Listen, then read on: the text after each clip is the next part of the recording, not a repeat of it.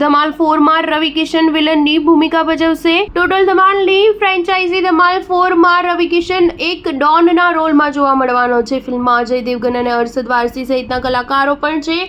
જો કે ફિલ્મમાં હજુ સુધી અજય દેવગનની કોઈ હિરોઈન નક્કી થઈ નથી, પરંતુ આ માટે તબ્બુ સાથે વાત ચાલી હોવાનું કહેવાય છે. ફિલ્મનું શૂટિંગ મોટા ભાગે ભારતમાં જ થવાનું છે. શૂટિંગ લોકેશન તરીકે નિર્માતાએ ગોવા, મુંબઈ, માલશેજ ઘાટ પર થવાનું છે. જો કે કેટલાક દ્રશ્યો વિદેશમાં ફિલ્માવાશે. આ ફિલ્મ શૂટિંગ આ વર્ષના અંતમાં પૂરું કરવામાં આવશે.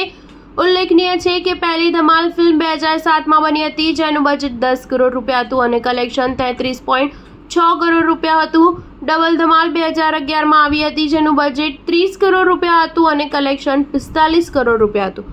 ટોટલ ધમાલ 2019માં રિલીઝ થઈ હતી, જે 90 થી 100 કરોડ રૂપિયામાં બની હતી અને કલેક્શન 155.67 કરોડ રૂપિયા હતું. સ્ટાર ન્યૂઝ 7 હંમેશા સચ્ચાઈની સાથે.